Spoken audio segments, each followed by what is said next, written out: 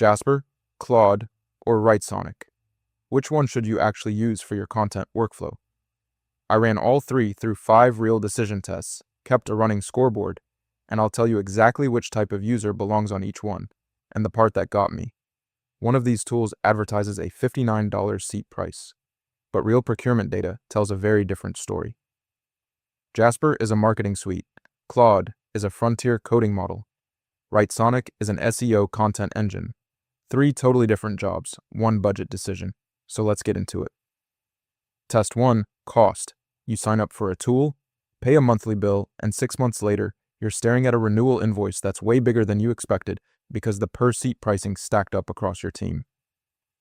At the entry tier, Jasper starts at $39 per seat per month. Claude Pro is flat $20 a month, and Writesonic's Basic is around the same but climbs fast. So watch how quickly that gap opens.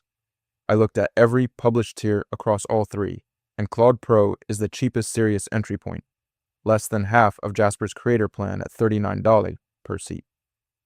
Writesonic's Basic is similar on sticker price, but their professional tier jumps to $240 a month, so that budget-friendly entry disappears fast once you need more output. Claude's heavy-use Max 5X plan gives you 225 messages per 5-hour window for $100 a month, and Jasper publishes nothing comparable. Claude takes cost, and it's not close. If you're building a content workflow and you want the cheapest serious entry, coming in at less than half of Jasper's per-seat price is a clear call, and that puts Claude on the board first. Jasper 0, Claude 1, Writesonic 0. I went in thinking Writesonic would push harder here given its SEO focus, but the pricing tiers don't back that up at scale. I've been deep in these tools long enough to know that the sticker price is almost never the real number, so drop a comment if per-seat pricing has ever surprised you mid-contract. Test 2, Coding Benchmark Performance. You ask your AI tool to help you fix a broken function or automate a workflow, and it just kind of fumbles it, gives you generic output that doesn't run. That's the cost of picking a marketing tool and expecting a coding model. The question here is whether Jasper, Claude, or Writesonic can back up their capabilities with actual published benchmark numbers, not just marketing copy.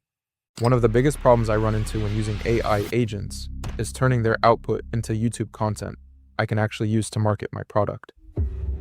That's why this video is sponsored by Subscriber, a tool that helps business owners connect their AI agents to YouTube and market their products without spending 10 hours every week creating content.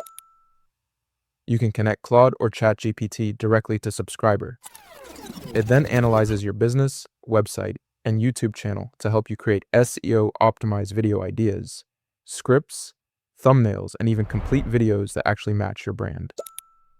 What I like most is that every week, Subscriber gives me a list of high-potential video ideas I can immediately execute, and it can even help edit videos for me, with or without my face, including videos like the one you're watching right now. It's easy to get started, and you can try Subscriber for free using the link in the description below. Now back to the video.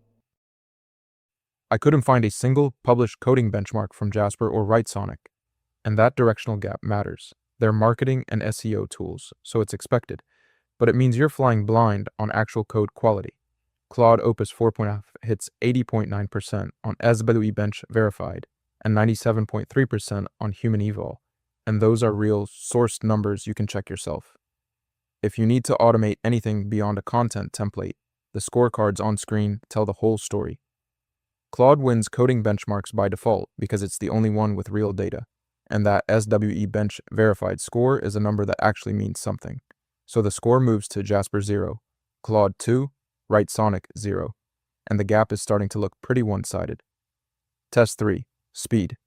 You're on a deadline, you hit generate, and the tool just sits there. Every second of latency at scale adds up, especially if you're running batch content jobs or waiting on an agent loop to complete. The number that actually matters here is time to first token, which is raw model throughput, not the app-level latency that marketing pages love to quote. So let's see who actually publishes that number. So here's what I actually found. Claude Opus 4.5 clocks a measured 3.2 second time to first token per Ottermine data, while Jasper and Writesonic don't publish raw speed figures at all. They measure app-level latency, which is a totally different thing and not really comparable. The directional call is clear. Claude is the only one giving you a number you can hold them to. and 3.2 seconds is a solid result for a frontier-class model. Claude takes speed because 3.2 seconds is a real, measured figure, and the other two don't publish anything comparable, so the score now sits at Jasper 0, Claude 3, Wrightsonic 0, and if you're building a workflow where latency compounds, that transparency gap alone is a reason to care. Alright, so Claude is running away with this, but context limits and deployment breadth are still on the table. And those two dimensions are where the real workflow decision lives. If you're an individual content creator versus a team shipping to multiple cloud environments, those tests could completely change which tool you actually reach for every day, so let's see if the pattern holds. Test 4, Context and Output Limits. You paste in a 50-page brand document, a full content brief, and 3 months of past articles, and the tool just cuts off mid-read because it hit its context ceiling. You lose the thread, the output gets generic, and you're back to chunking things manually. The question is how much context each tool can actually hold in one session, and whether any of them will tell you the real number. I had to run this one twice because the gap is so wide. Claude Opus 4.5 has a published 200,000 token context window, and newer Claude models go up to 1 million tokens. Jasper and Wrightsonic frame their limits as words, or credits, not context tokens, so there's no apples-to-apples number to compare. And that's just how they've built their products, but it means Claude is the only one you can actually spec against a real workload. Claude takes context limits, and the 200,000 token window is the only verifiable figure in this test. I didn't expect Jasper and Wrightsonic to be completely silent on this, but they are, and that moves the score to Jasper 0, Claude 4, Wrightsonic 0, with one test left. Test 5, Deployment and Modality. Your team picks a tool, builds a workflow around it, and then 6 months later, you need it to run inside AWS or on your own infrastructure. And the tool just says, no, SaaS only, you're stuck rebuilding from scratch. The question here is whether Jasper, Claude, or Wrightsonic can actually go where your stack lives, or whether you're locked into a browser tab forever. Watch what happens when you map these out. Claude runs on Claude II, the API, AWS Bedrock, Google Vertex, Azure Foundry, and self-hosted via Claude Code. That's 6 deployment paths. Jasper is SaaS only with vendor-routed models, meaning you can't touch the underlying API directly. And Wrightsonic has a web app and some historical API access, but no cloud platform integrations at all.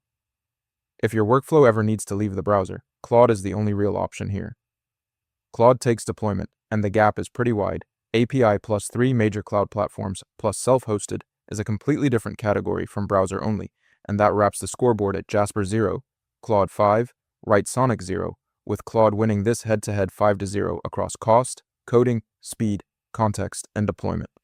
Okay, so here's where Jasper genuinely wins. If you run marketing for a team and you need brand voice enforcement across campaigns, Jasper is purpose-built for that. With workspace controls, brand voice settings, and integrations with content and marketing stacks that Claude just doesn't have out of the box. For a marketing team that lives in those workflows every day, Jasper's tooling is real and it's specific.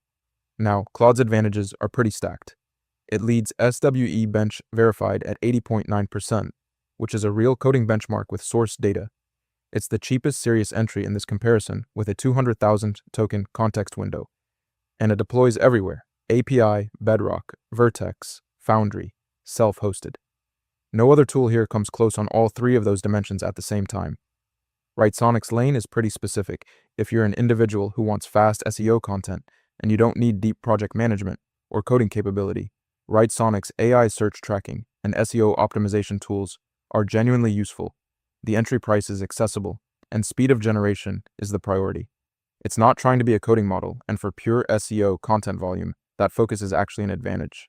If you run marketing for a team and need brand voice controls, pick Jasper. If you want the cheapest serious entry with real benchmark data, Claude at a flat monthly rate is the call. If you're an individual focused on SEO content volume on a budget, Wrightsonic is your tool. Claude is the default for most people because it's the only one with verifiable performance data, and it also comes in at the lowest price point. So this is the one that actually surprised me. Jasper's Pro plan is listed at $59 per seat per month, but vendors' procurement data across 48 real purchases shows the median annual spend is $25,000 a year, and that's not the sticker price. That's what teams actually end up paying once seats, add-ons, and enterprise negotiations stack up. If you're evaluating Jasper for a team, that's the number to budget against. Now, if you landed on Claude and you want to know what else is in that category, I put together a full breakdown called 7 Claude Code Alternatives Worth Switching To, and a couple of the picks on that list genuinely surprised me. The use cases are pretty different from what you'd expect, so that one's worth a look if you're still mapping out your stack.